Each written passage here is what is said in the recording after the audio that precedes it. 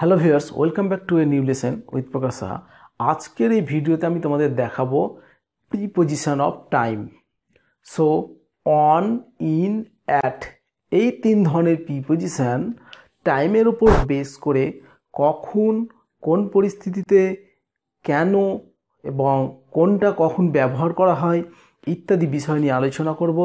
আশা করি ভিডিওটি যদি প্রথম থেকে শেষ পর্যন্ত একটু মনোযোগ দিয়ে দেখতে থাকো তাহলেই তোমরা এই প্রিপজিশনের প্রতি যে তোমাদের কনফিউশন সেগুলো খুব শীঘ্রই দূর হয়ে যাবে। So let's start.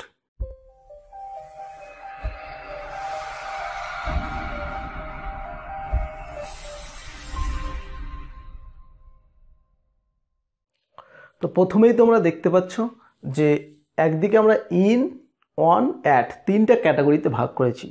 তো ইনের কিছুটা বিষয় রয়েছে, অনের কিছুটা বিষয় রয়েছে এবং অ্যাটের কয়েকটা বিষয় রয়েছে। এই কয়েকটা বিষয়কেই আমরা পুরো ডিটেলসে আলোচনা করব। তো ফার্স্ট হচ্ছে ইন। ইন বলতে আমরা সময়কে উল্লেখ যখন করি তখন সময়ের সময় সালটাই সর্বপ্রথম আসবে। সো সাল, এবার হচ্ছে সাল, কোন সাল?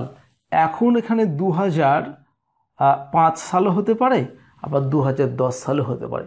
এখন যদি একটা সেন্টেন্স বলি তাহলেই বিষয়টা ক্লিয়ার যে আই ওয়াজ বর্ন ইন 1893, তাহলে আমি 1993 সালে জন্মগ্রহণ করেছিলাম। Okay, Vidyasagar published a book in dash সাল। তো এইরকম কোনো সাল যদি হয় তাহলে সেখানে তার আগে ইন বসাবো, মানে যে সালে মানে বিষয়টাকে রিলিজ করা হচ্ছে বা কোনো কিছু একটা ঘটনাকে বর্ণনা করা হচ্ছে এবং সেই টাইমটাকে উল্লেখ করা হয়েছে অ্যাজ এ সাল হিসাবে। সো তখন আমরা সেই সালের পূর্বে ইন বসাচ্ছি। ক্লিয়ার? সেটা 2015, 2010, 2012, 1890, যেরকম এখানে হতে পারে যে Vivekananda speeched on in religion parliament, world religion parliament in 1883। তাহলে দেখো 1883-তে বিবেকানন্দ কি শিক্ষা করতে যে একটা ভাষণ দিয়েছিলেন, বক্তৃতা, সেটার কথা উল্লেখ করা হচ্ছে, তাই এখানে ইন কিন্তু আমরা বসালাম সালের পূর্বে। ঠিক আছে, দেন চলে এসেছি আমরা মাস। শুধু মাস বলা হয়েছে, তো এখানে এখন জানুয়ারিও হতে পারে আবার ফেব্রুয়ারিও হতে পারে। যখন কোনো পার্টিকুলার কোনো মাসের নাম উল্লেখ করা হবে যে জানুয়ারি, ফেব্রুয়ারি, মার্চ, এপ্রিল, মানে এই মাসগুলোতে কোনো একটা ঘটনাকে বর্ণনা যখন করতে যাব তখন আমরা সেন্টেন্সটাকে মানে মাসের পূর্বে ইন ব্যবহার করব।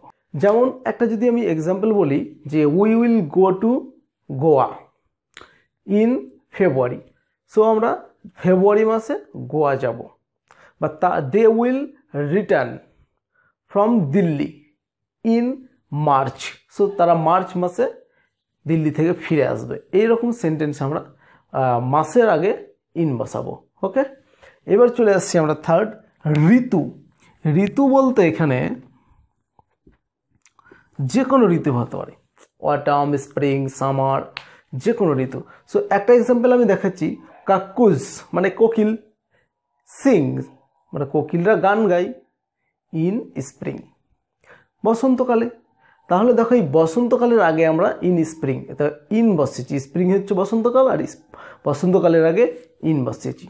ঠিক, we feel hot in summer, তাহলে গ্রীষ্মকালে আমরা খুব গরম অনুভব করি। We can't come out of our house in rainy season, বর্ষাকালে আমরা ঘর থেকে বেরোতে পারি না। তো রেনি সিজনের আগে আমরা ইন বসালাম, তাহলে যে কোনো ঋতু হলেই তার আগে আমরা ইন বসাবো। ওকে, এবার আসছি আমরা চতুর্থ, হচ্ছে যে দিনের একটা সময়। দিনের একটা সময় বলতে এখানে আমরা একটা লিখি যে ইন দ্য মর্নিং, তাহলে সকালবেলার কথা বলা হচ্ছে এখানে। ঠিক, ইন দ্য ডে টাইম, আবার হবে ইন দ্য ইভিনিং। ওকে, তারপর হচ্ছে যে ইন দ্য আফটারনুন, এইভাবে করে আমাদের লিখতে হবে আফটারনুন। তাহলে দিনের একটা সময়, তার মানে আমাদের যে একটা দিন হচ্ছে সেই দিনের একটা পার্টিকুলার টাইমকে উল্লেখ করা হচ্ছে সকালবেলা, ডে টাইম দিনের বেলা, ইভিনিং সন্ধ্যাবেলা, আফটারনুন বিকেলবেলা, তখন আমরা ইন বসাচ্ছি। এইবার এই ধরনের টাইমগুলো কিন্তু অন এবং অ্যাটের মধ্যেও তোমরা পেতে পারো, যেটা তোমাদের কনফিউশন সৃষ্টি করে। সো দিনের নাম, এবার আসলাম আমরা দিনের নাম, একটা আমরা লিখলাম সানডে। ওকে, তো যেহেতু এখানে বলেই দিয়েছি দিনের নাম, পার্টিকুলার একটা দিনের নাম হবে, তো রবিবার, রবিবার আমরা ফুটবল খেলবো, তাহলে we will play football on Sunday, on Sunday, রবিবার আমরা ফুটবল খেলবো। আমরা এখানে সানডে যাতে মন্ডে হতে পারে, কিন্তু সেই দিনটার যে নাম, সেই নামটা কিন্তু উল্লেখ থাকতে হবে। কোনো নাম উল্লেখ হলেই তাহলে আমরা অন ইউজ করব। ওকে, এবার আসছি আমরা তারিখ। তারিখ বলতে এইরকমভাবে যে 12ই জানুয়ারি, এইরকম যদি হয় তাহলে আমরা ইউজ করব। তারিখটার সাথে আবার মাসের নামটা উল্লেখ থাকে, 12ই জানুয়ারি। We celebrate Vivekananda's birthday on 12th January, 12ই জানুয়ারি আমরা বিবেকানন্দের জন্ম দিবস পালন করি। ওকে, এইভাবে আমাদের লিখতে হবে। যখনই আমাদের কোনো পার্টিকুলার ডেটকে উল্লেখ করা হবে তখন আমরা এইভাবে সেটা মানে ডেটটার পূর্বে আমরা অন ইউজ করবো অ্যাজ এ প্রিপোজিশন। এরপরে আমরা আসছি নাম্বার 3, দিনের নাম প্লাস একটা সময়ের উল্লেখ। তো আমি একটা এক্সাম্পল ভাবছি যে রবিবার, রবিবার সকালবেলা, এইরকম পজিশনে আমরা কি করব, রবিবারের সকালবেলা, তার আগে আমরা বসাবো অন। তাহলে সানডে মর্নিং, মন্ডে ইভিনিং। ওকে, এইরকম যদি হয় রবিবারের সকালবেলা, দুপুরবেলা, বিকেলবেলা, কিন্তু সেটার নামটা উল্লেখ থাকতে হবে এরকমভাবে যে Sunday morning, Sunday morning, morning হতে পারে, ইভিনিং হতে পারে, তারপরে আফটারনুন হতে পারে, যে কোনো একটা সময় হতেই পারে। এবং কি শুধু যে সানডে হবে সেটা না, এখানে টিউসডে হতে পারে, ওয়েডনেসডে হতে পারে, থার্সডে হতে পারে, ফ্রাইডে হতে পারে, এবং সেই সময়টা উল্লেখ থাকবে, দিনও থাকছে এবং একটা পার্টিকুলার টাইমও উল্লেখ থাকছে। এই কারণে দিনের নাম প্লাস একটা সময়ের উল্লেখ বলা হয়েছে।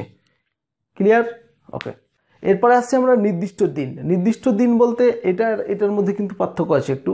এটা হচ্ছে স্পেসিফিক দিন, কারণ হচ্ছে যে on my birthday, so my friends have given me many gifts on my birthday। তাহলে আমার জন্মদিনে পার্টিকুলার কিন্তু জন্মদিনটাকেই উল্লেখ করা হচ্ছে, তাই হচ্ছে এখানে স্পেসিফিক দিন এটা, বা নির্দিষ্ট একটা দিন। আর এই দিনে কি হয়েছে, আমাকে অনেকগুলো গিফট দিয়েছে আমার বন্ধুরা। এটা হচ্ছে তখন আমরা যে বার্থডেটার আগে আমরা প্রিপোজিশনটা ইউজ করছি। আমাদের ক্লাস রবিবারে বন্ধ থাকে, তাহলে কি হবে, our class is of on Sunday. তাহলে রবিবারটা হচ্ছে একটা স্পেসিফিক দিন এবং সেই সানডেতে বন্ধ থাকে। এইরকম কোনো একটা যদি পার্টিকুলার দিনকে উল্লেখ করা হয় তাহলে আমরা সেই অর্থে অন প্রিপোজিশন ইউজ করব। দেন চলে আসছে এবার উৎসব। উৎসব বলতে দুর্গাপুজো, কালী পুজো, লক্ষ্মী পুজো, দেওয়ালি, এগুলোতে উই সেলিব্রেট দুর্গাপূজা।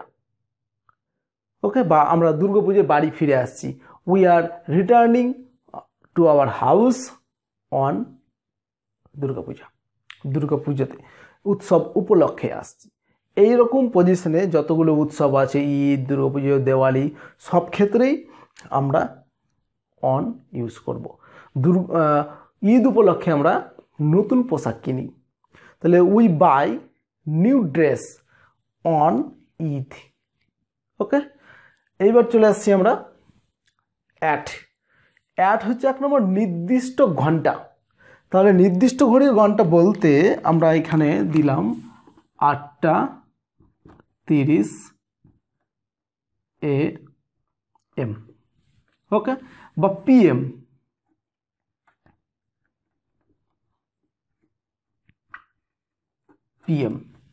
সো এইরকম কোনো ঘড়ির ঘন্টা হতেই পারে 10টা, 10:30, 11টা, 12টা, যে কোনো একটা টাইম হতেই পারে। তখন আমাদেরকে অ্যাট বসাতে হবে, অ্যাট 8:30 AM বা PM, ওকে।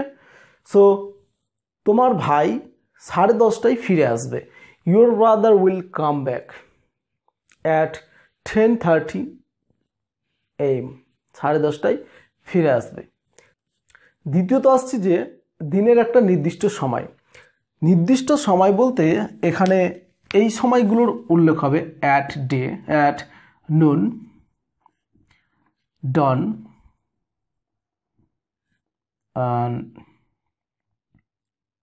নাইট, মিডনাইট,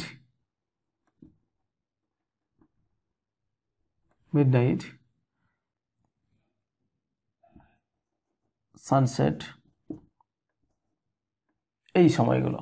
তো দিনের একটা নির্দিষ্ট সময়, তাহলে দিনের বেলা হচ্ছে দুপুরটাকে উল্লেখ করা হচ্ছে, তাই অ্যাট নুন। ডন, ভোরবেলাটাকে উল্লেখ করা হচ্ছে। নাইট, রাত্রিটাকে, মধ্যরাত্রিটাকে, সূর্যাস্তটাকে। তবে এটার সাথে এই যে দিনের একটা নির্দিষ্ট সময়, এটার কিন্তু মিল রয়েছে। তবে পার্থক্যটা কি, এখানকার সময়গুলো কিন্তু একটু আলাদা, ওখানকার সময়গুলো কিন্তু আলাদা, ভালো করে লক্ষ্য করে দেখো। সো এইটুকুটা তোমাদেরকে একটু ভালোভাবে মনে রাখতে হবে, এটার বিকল্প নেই। এখানে morning, day time, evening, afternoon, এখানে আসলো নুন, ডন, নাইট, মিডনাইট, সানসেট। এগুলোর পরে, এগুলোর আগে অ্যাড বসছে, এগুলোর আগে ইন্দা বসছে, ওকে। এবার আমরা আসছি থার্ড, আরম্ভ বা শেষ। আরম্ভ বা কোনো কিছু আরম্ভ বা শেষ, সে অর্থে আমরা অ্যাড ব্যবহার করি। তো এই ভিডিওটার শেষে তোমরা প্রিপোজিশন সম্পর্কে ডিটেলসে জানতে পারলে। এই সেন্টেন্সটাকেই যদি আমরা ট্রান্সলেশন করি তাহলে অ্যাটের ব্যবহার আসবে। তাহলে you could learn about preposition in details at the end of the video.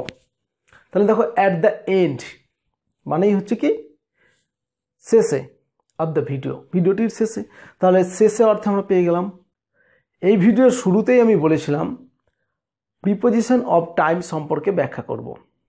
তাহলে এই সেন্টেন্সকেও যদি ট্রান্সলেশন করি তাহলে এই বিষয়টা চলে আসবে।